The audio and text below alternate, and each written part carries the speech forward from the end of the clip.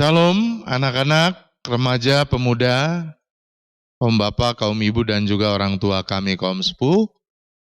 Puji syukur kepada Tuhan kita boleh kembali mengadakan kebaktian rumah tangga di rumah kita masing-masing.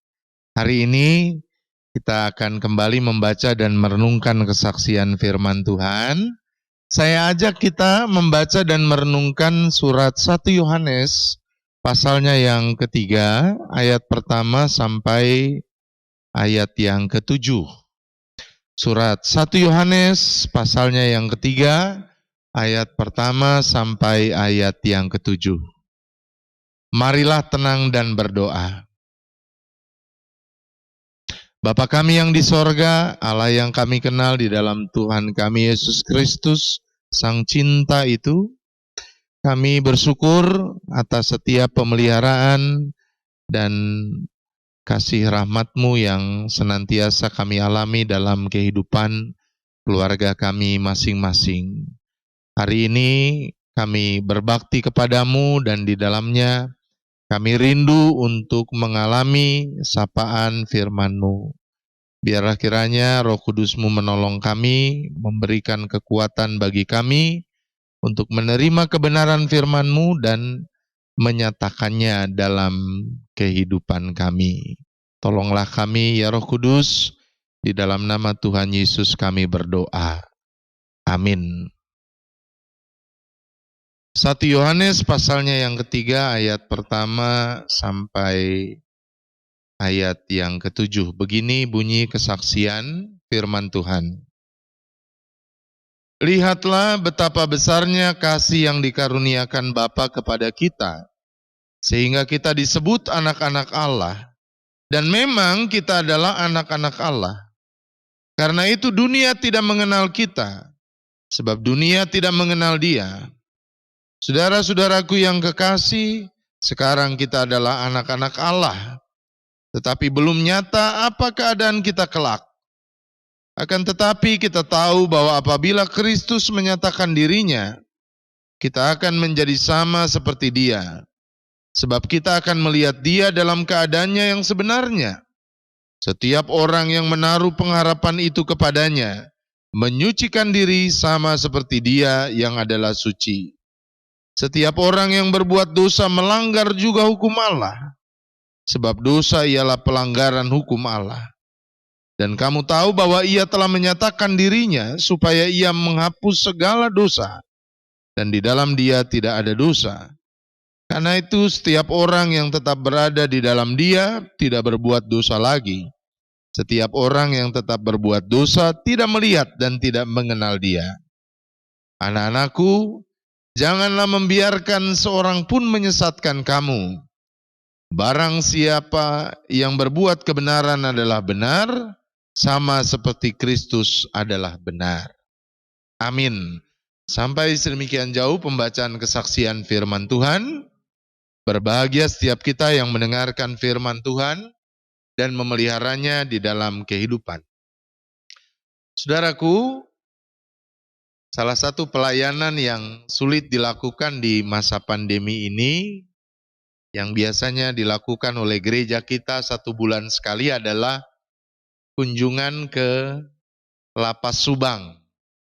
Kita berjumpa setiap bulan dengan saudara-saudara kita yang tengah dibina di lembaga pemasyarakatan di sana. Saudaraku yang terkasih, dalam satu perjumpaan dengan mereka, saya mengawali pembicaraan dengan bertanya kepada mereka yang kala itu berkumpul di kapel tempat kami biasa beribadah. Artinya belum banyak orang yang datang, beberapa sudah datang, saya ajak mereka ngobrol sebentar. Obrolan ini saudara isinya mengundang tawa, tetapi tawa yang menyedihkan. Jadi saya bertanya kepada mereka, bagaimana keadaan persekutuan kita sekarang? Lalu salah seorang dari mereka dengan penuh semangat berkata, wah puji Tuhan Pak, sekarang makin baik. Saya bertanya lagi dalam keingintahuan kepada mereka, maksudnya apa sekarang sudah lebih baik? Lalu masih orang yang sama, jawaban dilontarkan, dia berkata, sekarang persekutuan kita makin banyak, Pak. Orang Kristen yang ada di Lapas Subang ini makin meningkat jumlahnya. Saudara, mendengar itu saya dan beberapa orang yang mendampingi kala itu sempat tersenyum, walaupun dalam hati sebetulnya sedih, karena itu bukan jawaban yang kami harapkan. Kalau dia mengatakan bahwa persekutuan semakin baik karena jumlah orang Kristen yang dipenjara di sana semakin meningkat, itu artinya banyak orang Kristen yang melakukan kesalahan, banyak orang Kristen yang melakukan pelanggaran hukum. Bukan sesuatu yang menggembirakan, saudara-saudara. Sementara kita memang diminta untuk hidup di dalam Tuhan, menjadi garam dan terang, namun kenyataannya masih banyak orang-orang Kristen yang justru menjadi batu sandungan. Nah, saudaraku yang terkasih, di akhir kebaktian, seperti biasa, saya lebih banyak menyapa satu persatu dari mereka.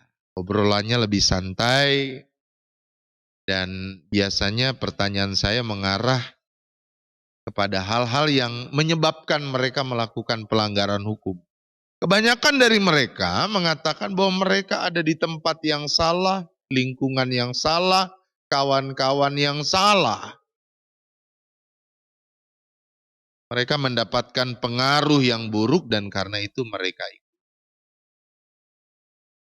Namun saudara, sebetulnya dalam hati kecil saya ada pertanyaan bahwa sesungguhnya kan mereka seharusnya bisa bertahan. Sekalipun mereka ada di tengah lingkungan yang tidak kondusif, yang bisa membuat mereka menjaga kekudusan hidup, buat mereka tetap berbuat baik, namun sedianya kan mereka tetap setia kepada Tuhan, tidak ikut arus. Nah, saudara, itulah memang tantangan kehidupan gereja Tuhan dimanapun. Berhadapan dengan arus dunia yang bisa membuat kita tenggelam lebih jauh lagi ke dalam dosa. Nah, hal itulah yang diungkapkan juga oleh penulis surat 1 Yohanes ini. Itu kepada gereja Tuhan, gereja perdana yang mendengarnya, juga kepada kita saat ini. Bahwa kita memang dihadirkan oleh Allah di dalam dunia ini. Kita tidak Allah sembunyikan di suatu tempat di mana kita tidak mengalami tantangan dan godaan. Kita diajak saudara-saudara untuk bisa menunjukkan kesaksian justru di dalam dunia ini. Dan kesaksian itu tentu hadir manakala kita hidup di dalam Tuhan, bukan hidup di dalam dosa. Karenanya orang harus mengenali siapa dirinya. Orang harus mengenali bagaimana dia seharusnya hidup. Ketika orang berpaut kepada Tuhan, dia harus betul-betul menjaga agar tautan itu, keterpautan itu tidak lepas. Namun boleh tetap erat. Karenanya Bapak Ibu dan Saudara-saudara, surat ini pun mengingatkan kita. Bagaimana kita sudah mengenal jati diri kita sebagai seorang Kristen. Orang Kristen itu saudara-saudara, muncul identitasnya tentu di dalam kehidupannya. Kehidupan di mana kasih dan kebenaran dinyatakan. Keadilan diwujudkan. Perdamaian dihadirkan. Kalau kemudian kita sebagai gereja Tuhan saat ini tidak lagi hidup demikian, maka rasanya kita sudah tidak lagi hidup sesuai dengan jati diri kita. Firman Tuhan ini mengarahkan kita kembali agar kita hidup benar di hadapan Allah dan sesama. Tidak perlu juga kita menunjukkan hal-hal yang sifatnya simbolik, saudara-saudara, seperti memakai salib misalnya, atau ketika kita menempel ayat-ayat tertentu di kendaraan kita. Karena yang jauh lebih nyata dari itu adalah hidup kita sebagai surat pujian kepada Allah. Hidup kita yang benar dan mampu menjaga kekudusan. Di sanalah kita sungguh boleh menyatakan kekristenan kita. Amin. Mari kita berdoa. Jikalau kami telah keluar dari jati diri kami yang benar selaku seorang Kristen, maka dalam kesempatan ini kami memohon agar Allah Bapa mengarahkan kami kembali. Tolonglah kami ya Bapa agar kami dapat melawan godaan, tantangan arus dunia ini yang membawa kami menjauhi Tuhan. Ajar kami justru mampu menjadi saksi-Mu, sehingga kami dapat menjalani hidup sebagai alat Tuhan yang benar di tengah dunia ini. Terpuji nama-Mu, kami sambut firman-Mu dengan rasa syukur, di dalam nama Tuhan Yesus Kristus, Juru Selamat kami. Amin.